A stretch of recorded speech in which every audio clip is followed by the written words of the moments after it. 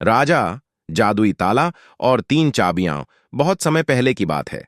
राजा चंद्रकेतु नाम का एक न्यायप्रिय और बुद्धिमान राजा अपने राज्य में शांति और समृद्धि से राज कर रहा था। एक दिन महल की पुरानी लाइब्रेरी की सफाई करते समय सैनिकों को एक पुराना लोहे का संदूक मिला, जिस पर एक अजीब सा जादुई ताला लगा था। उसके साथ एक तख्ती लटक रही थी, जिस पर लिखा था, इस ताले को खोलने के लिए 3 चाबियों की जरूरत है। पहली चाबी धैर्य से मिलेगी, दूसरी त्याग से और तीसरी सत्य से। राजा चंद्रकेतु को रहस्य बहुत पसंद थे। उन्होंने सोच लिया कि वह किसी भी हाल में इस ताले को खोलेंगे और जानेंगे कि इसमें क्या छिपा है। पहली चाबी, धैर्य की परीक्षा। राजा ने अपने गुप्त मंत्रियों से कहा कि पूरे राज्य में खोज कराई जाए, पर कहीं कोई चाबी नहीं मिली। थक हार कर राजा खुद एक साधु के पास गया, जो हिमालय की बर्फीली गुफा में रहता था। राजा ने उससे पूछा, धैर्य की चाबी कहां मिलेगी? साधु ने मुस्कुराकर कहा, यहां रहो और 1 साल तक मेरी सेवा करो, बिना सवाल पूछे, बिना राजसी सुख के। राजा ने सहर्ष स्वीकार किया। बर्फ, भूख और साधारण जीवन के बीच उन्होंने सेवा की। 1 वर्ष बाद साधु ने एक चमकदार चाबी उन्हें दी। धैर्य की परीक्षा पास हुई, उसने कहा। दूसरी चाबी, त्याग की कीमत। राजा जब लौटा तो देखा राज्य में अकाल पड़ा है।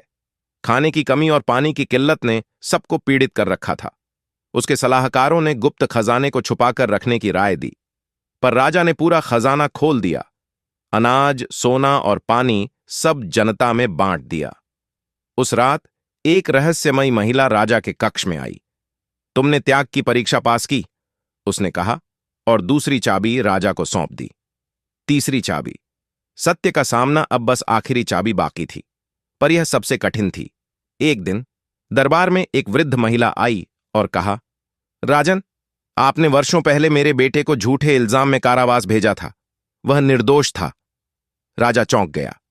उसने मामले की जांच कराई और पाया कि महिला सच कह रही थी। यह उसकी सबसे बड़ी भूल थी। उसने दरबार में सबके सामने अपने गलती को स्वीकार किया, महिला से क्षमा मांगी और बेटे का सम्मानपूर्वक पुनर्सम्मान किया। उसी रात एक तेज रोशनी में वही संदूक प्रकट हुआ और तीसरी चाबी उसमें अपने आप लग गई। खजाना क्या था? जब संदूक खुला तो उसमें कोई सोना, रत्न या हथियार नहीं था।